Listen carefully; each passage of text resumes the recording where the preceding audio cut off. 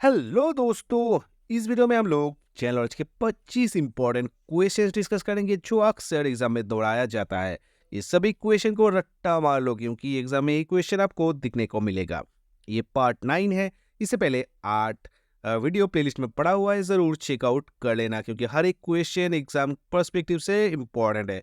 तो चलो बिना देरी किए शुरू करते हैं आज का वीडियो। पहला जो क्वेश्चन है 201 नंबर क्वेश्चन, एकल नागरिकता की अवधारणा किस देश से ली गई है? यूएसए, ब्रिटेन, आयरलैंड या दक्षिण अफ्रीका? इंपॉर्टेंट क्वेश्चन है, इंडियन पॉलिटी का क्वेश्चन है ये। राइट आंसर जल्दी से बताओ, उसके बाद मैं बताता हूँ। Right answer of this question is Britain. Option number B, Britain से एकल नागरिकता मतलब सिंगल सिटीजनशिप की अवधारणा ली गई है। संविधान का ये जो पार्ट है कि कौन सा हम लोग का जो अवधारणा किस देश से लिया गया है या फिर किस देश से इंस्पायर्ड है, इस टॉपिक से क्वेश्चन अक्सर बनता है और उनमें से ये एकल नागरिकता की अवधारणा ये वेरी इंपॉर्टेंट क्वेश्चन है। ठीक है, अगला क्वेश्चन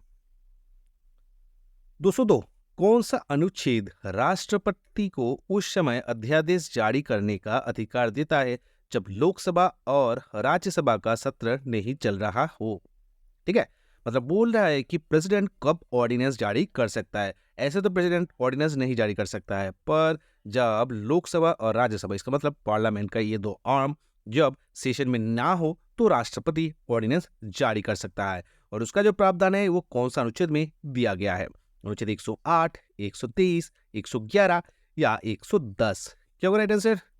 तो right answer of this question is option number B, अनुच्छेद 123। आर्टिकल 123 कहता है कि जब पार्लियामेंट सेशन में ना हो तो राष्ट्रपति ऑर्डिनेंस जारी कर सकता है। ठीक है, 108 में क्या बोल रहा है? Joint sitting of the parliament. 110 क्या बोल रहा है? Money bill.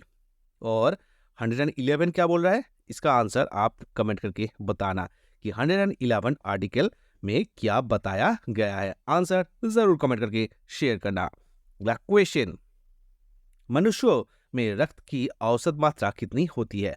4, 5, 6 या 7 लीटर? कितना लीटर होती है ये आपको बताना है। जनरल साइंस का क्वेश्चन और वेरी वेरी इंपॉर्टेंट क्वेश्चन। तो देखो दोस्तों, इस क्वेश्चन का जो राइट आंसर है वो होगा ऑप्शन बी, 5 लीटर। औसत 5 लीटर होता है। ठीक है, वुमेन के लिए ये 4.5 लीटर के आसपास, whereas for men it is approximately 5.5 litre. So अगर इसका मीन निकाला जाए तो 5 लीटर होगा। ठीक है, तो 5 लीटर इस क्वेश्चन का राइट आंसर भी है। चलो अगला क्वेश्चन देखते हैं। कुतुब मीनार की निर्माण किसने करवाया था? इल्तुतमिश, कुतुबुद्दीन ऐबक, रजिया सुल्ताना, अलाउद्दीन खिलजी। कुतुब मीनार का निर्माण, तो कुतुब मीनार कहाँ पर है? दिल्ली में है और इसका जो निर्माण है ये करवाया था कुतुबुद्दीन ऐबक ने। ठीक है, इसने स्लेव डायनेस्टी को, गुलाम जो डायनेस्टी था, इसका स्थापना भी कुतुबुद्दीन ऐबक ने किया था। ठीक है, और कुतुब मीनार का निर्माण भी इसने शुरू किया था। इल्तुतमिश ने इसको फिनिश किया था। ठीक है, पर इसका जो स्थापना है वो कुतुबुद्दीन ऐबक किया था। ओके, अगला क्वेश्चन, आईसीसी T20 पुरुष विश्व कप 2024 का राजदूत किसे नियुक्त किया गया है? युवराज सिंह, सचिन तेंदुलकर, राहुल द्रविड़ या सौरव गांगुली? क्या होगा राइट आंसर? आईसीसी T20 पुरुष विश्व कप 2024, इसका मेजबान देश कौन था? आंसर कमेंट करके बताना। और इसका राजदूत जो है वो ऑप्शन नंबर ए है, युवराज सिंह। युवराज सिंह को इसका राजदूत के तौर पर नियुक्त किया गया है। ठीक है, अगला क्वेश्चन, इब्न बतूता भारत कब आया था? उस समय शासक कौन था? ऑप्शन नंबर ए है Alauddin Khilji, option number B है Iltutmish, option number C Sikandar Lodi, option number D Mohammad bin Tughlaq. Ibn Battuta, Ibn Battuta कब आया था? तो इब्न बतूता भारत जब आया था तब शासक था मोहम्मद बिन तुगलक। ठीक है, option number D, Mohammad bin Tughlaq इस समय दिल्ली का शासक हुआ करता था। मोहम्मद बिन तुगलक, जिसको पगला राजा भी कहा जाता है। ठीक है, अगला क्वेश्चन देखते हैं। और इब्न बतूता कहाँ से आया था? मोरक्को से ये आया था। ठीक है, ये भी एग्जाम में पूछा जा सकता है कि ये कौन सा देश से भारत आया था। इब्न बतूता कहाँ से आया था? तो ये मोरक्को से आया था। अगला क्वेश्चन देखते हैं, बुद्ध ने सबसे अधिक उपदेश किस स्थान पर दिए थे? श्रावस्ती, सारनाथ, गया या मगध? कहाँ पर दिए थे भगवान बुद्ध? तो देखो इंपॉर्टेंट क्वेश्चन है, बुद्ध से एग्जाम में अक्सर क्वेश्चन पूछ लेता है। ये एंशिएंट इंडियन हिस्ट्री का पार्ट है, पर इस टॉपिक से एग्जाम में क्वेश्चन अक्सर पूछा जाता है। तो सबसे ज्यादा उपदेश कहाँ पर दिया था? तो वो श्रावस्ती में दिया था। Option number A is the right answer for this question. Buddha से जुड़ा हुआ क्वेश्चनों में से ये श्रावस्ती वाला आंसर ये कई बार एग्जाम में आया है, ठीक है। सबसे ज्यादा उपदेश कहाँ पर दिया था, तो इसका आंसर हो जाएगा श्रावस्ती, ठीक है, याद रखना। अगला क्वेश्चन, नासिक किस नदी के तट पर स्थित है, कावेरी, नर्मदा, गोदावरी या कृष्णा। क्या होगा राइट आंसर, नासिक। नासिक कहाँ पर है, महाराष्ट्र, और नासिक गोदावरी नदी की तट पर है, ठीक है, गोदावरी, जिसको ब्रिथ गंगा नाम से भी हम लोग जानते हैं, ब्रिथ गंगा। और it is the second longest river of India as well.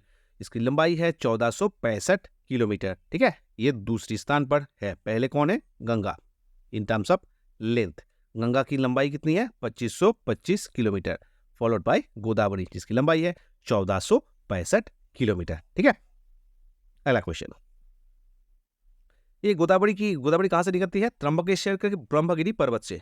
Trimbakeshwar के ब्रह्मगिरी पर्वत से ये गोदावरी नदी निकलती है, ये चीज भी आप जान लो, ठीक है। Origin of Godavari river, Trimbakeshwar के ब्रह्मगिरी पर्वत, ओके। अगला क्वेश्चन, नोबेल पुरस्कार जीतने वाले पहले भारतीय कौन थे, दादा भाई नौरोजी, रविंद्रनाथ टैगोर, मादा टेरेसा या सीवी रामन। क्या होगा राइट आंसर, नोबेल पुरस्कार जीतने वाले पहले भारतीय कौन थे, पहला भारतीय है, इसीलिए क्वेश्चन इंपॉर्टेंट है। Option number B is the right answer, Rabindranath Tagore. Rabindranath Tagore 1913 में ये नोबेल पुरस्कार जीता था, इसके लिए लिटरेचर, ठीक है। अगला क्वेश्चन, सोनाई रूपाई राष्ट्रीय उद्यान किस राज्य में स्थित है, असम, अरुणाचल प्रदेश, त्रिपुरा या मेघालय। क्या होगा राइट आंसर, सोनाई रूपाई। तो सोनाई रूपाई जो अभयारण्य है, राष्ट्रीय उद्यान है, ये हमारा असम में है, ठीक है। असम में सोनाई रूपाई नेशनल पार्क हम लोग को दिखने को मिलता है। असम का चीफ मिनिस्टर कौन है, हिमंत बिस्वा शर्मा, और गवर्नर का नाम क्या है, गुलाब चंद कटारिया। ये दो चीज भी आप जान लो, असम से जुड़ा हुआ असम, ठीक है। असम का चीफ मिनिस्टर कौन है, हिमंत बिस्वा शर्मा, और गवर्नर कौन है, गुलाब चंद कटारिया। गुलाब चंद कटारिया इस क्वेश्चन का राइट आंसर तब हो गया ऑप्शन नंबर ई, ठीक है। आगे बढ़ते हैं, गंगोर महोत्सव भारत के किस राज्य में मनाया जाता है, गुजरात, लद्दाख, राजस्थान या पंजाब। कहां पर गंगोर महोत्सव मनाया जाता है, तो गंगोर महोत्सव जो है, ये देखो, ये महोत्सव जो होता है ना, ये जैसे लोसंग महोत्सव कहाँ पर बनता है, ओणम कहाँ पर मनाया जाता है, जल्लीकट्टू कहाँ पर मनाया जाता है, ये सबसे एग्जाम में क्वेश्चन पूछता है। ये स्टैटिक जीके का टॉपिक है और very important topic as well, ठीक है। तो इस टॉपिक में हम लोग अभी फिलहाल जानते हैं कि गंगोर महोत्सव कहाँ मनाया जाता है, तो वो राजस्थान में मनाया जाता है। Option number C is the right answer, ठीक है, ऑप्शन नंबर सी।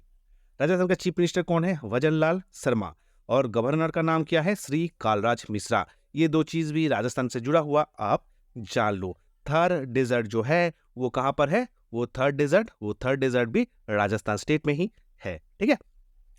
अगला क्वेश्चन, निम्नलिखित में से कौन कैबिनेट मिशन के सदस्य नहीं था, sir Patrick Lawrence, sir Stafford Cripps, E.B. Alexander या लॉर्ड वेबल। क्या हो राइट आंसर, कौन कैबिनेट मिशन का सदस्य नहीं था। तो कैबिनेट मिशन भारत कब आया था, 1946 में, और इसके जो रिकमेंडेशन था उसके तहत कॉन्स्टिट्यूएंट असेंबली को बनाया गया था। कब आया था, 1946। इस साल को याद आपको रखना पड़ेगा। कैबिनेट मिशन में 3 मेंबर थे, कौन कौन थे, sir Patrick Lawrence, sir Stafford Cripps और E.B. अलेक्जेंडर। तो कौन नहीं था, option number D, lord Wavell, ठीक है। लॉर्ड वेबल इस कैबिनेट मिशन में नहीं शामिल था, ठीक है। अगला क्वेश्चन, 1919 में अखिल भारतीय खिलाफत कांग्रेस के अध्यक्ष किसे नियुक्त किया गया था, मोतीलाल नेहरू, महात्मा गांधी, मौलाना आजाद, मोहम्मद अली जिन्ना। क्या होगा राइट आंसर, अखिल भारतीय खिलाफत कांग्रेस। तो इसका जो पहला प्रेसिडेंट नियुक्त किया गया था किसे, तो वो था महात्मा गांधी। गांधी जी को इसका प्रेसिडेंट नियुक्त किया गया था। कब हुआ था, 1919 में, अखिल भारतीय खिलाफत कांग्रेस, ठीक है।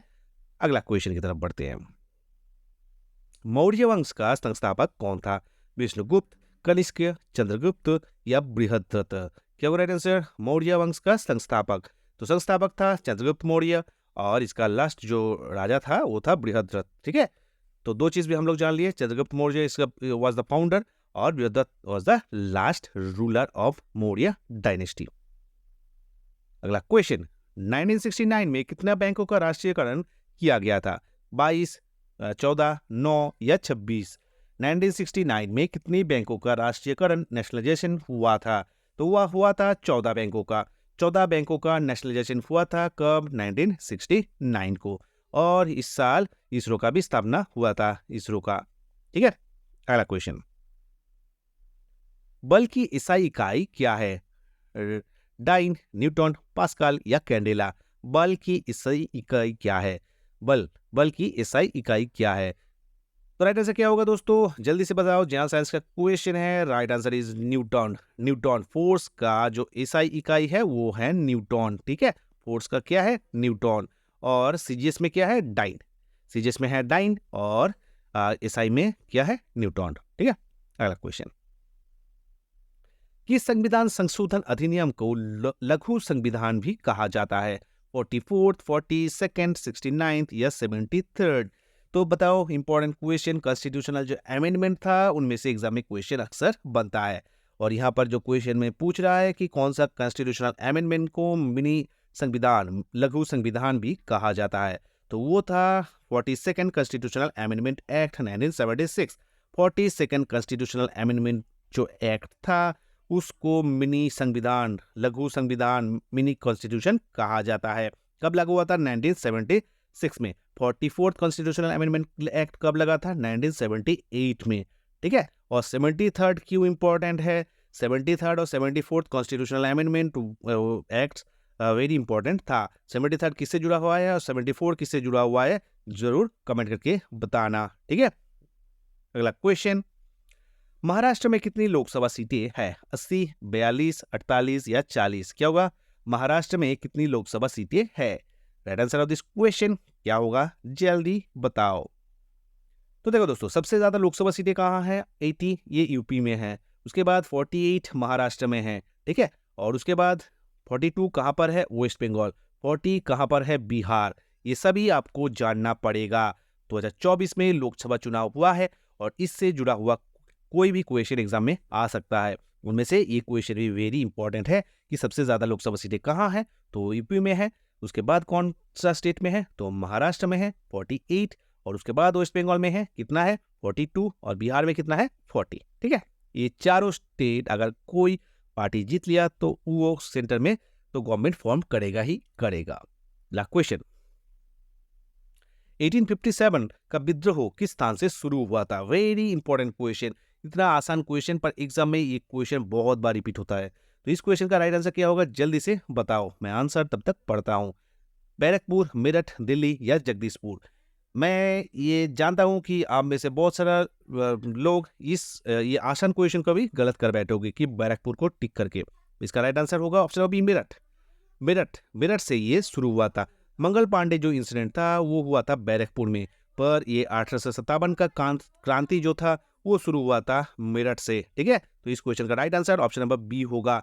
ये वेरी इंपॉर्टेंट एक क्वेश्चन है जो भाई आसान है, पर एग्जाम में अक्सर आप लोग इस क्वेश्चन को गलत करके आते हो। अगला क्वेश्चन, दिल्ली में लाल किला किस मुगल शासक ने बनवाया था? अकबर, जहांगीर, शाहजहां या औरंगजेब? लाल किला किसने बनवाया था? तो वो था ऑप्शन नंबर सी, शाहजहां।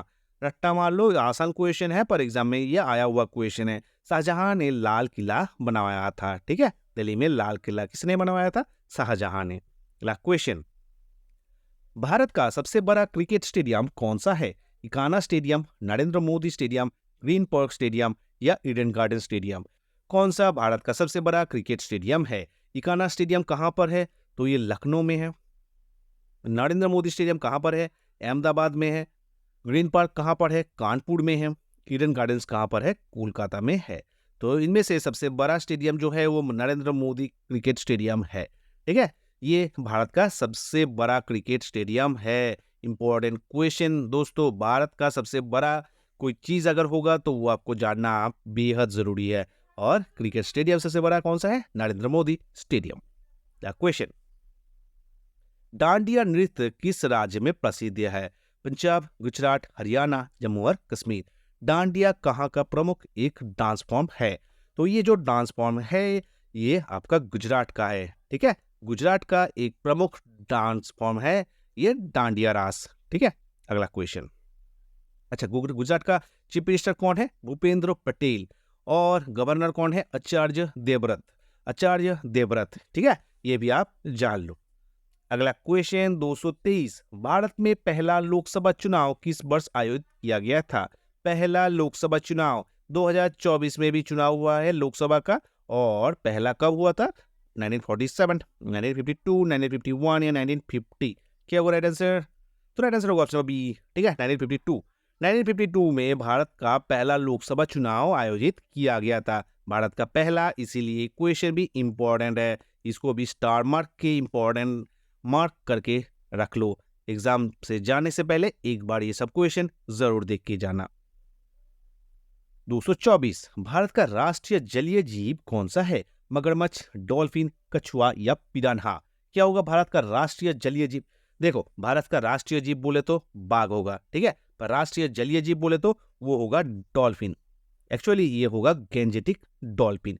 ये गंगा और ब्रह्मपुत्र, ये दो रिवर में ज्यादातर मिलता है, ठीक है। ये भारत का नेशनल एक्वाटिक एनिमल है।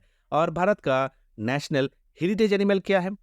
हेरिटेज विरासत पशु, नेशनल विरासत पशु कौन सा है? इसका आंसर आप जरूर कमेंट करके शेयर करना, ठीक है। अगला क्वेश्चन, भारत का पहला स्थानीय भाषा समाचार पत्र कौन सा था? फिर से भारत का पहला पूछ लिया है। ये सभी क्वेश्चन एग्जाम पर्सपेक्टिव से वेरी वेरी इंपॉर्टेंट है, इसीलिए ये सब क्वेश्चन मार्क करके कॉपी में रख लो। एग्जाम में जाने से पहले एक बार जरूर देख के जाना। बहुत सारा क्वेश्चन इनमें से आपको कॉमन दिखने को मिलेगा। संवाद कौमुदी, समाचार दर्पण, बंगाल गेजेट या द हिंदू? देखो, स्थानीय भाषा में पूछा है तो इसका राइट आंसर जो है समाचार दर्पण होगा। कौन प्रकाशित करते थे? मार्समैन। कहाँ से? श्रीरामपुर, एक कलकत्ता का पास का एक टाउनशिप है, ठीक है, श्रीरामपुर, यहाँ से ये प्रकाशित होते थे। और Bengal gazette is the oldest newspaper published in India. कब? 1780 में इसका पब्लिकेशन हुआ था। कहाँ से? कलकत्ता। कलकत्ता। किसने किया था? हिकी। ये भी वेरी इंपॉर्टेंट है, ये इंग्लिश में था, पर ये समाचार दर्पण जो है ये बांग्ला में पब्लिश्ड किया गया पहला न्यूज़पेपर है, ठीक है। इंडिया का पहला वर्नाकुलर लैंग्वेज में न्यूज़पेपर था ये समाचार दर्पण। ठीक है दोस्तों, ये था 25 इंपॉर्टेंट क्वेश्चन जो एग्जाम पर्सपेक्टिव से वेरी वेरी इंपॉर्टेंट है। मैं आशा करता हूँ आप लोग इस वीडियो को एंजॉय किए और इनमें से आप लोगों को जानने को कुछ मिला। वीडियो अगर अच्छा लगा हो तो वीडियो को लाइक करना, दोस्तों के साथ शेयर करना, और चैनल को अगर अभी तक सब्सक्राइब नहीं किया हो तो जरूर सब्सक्राइब कर लेना। मिलते हैं अगले वीडियो में, तब तक के लिए गुड बाय, जय हिंद।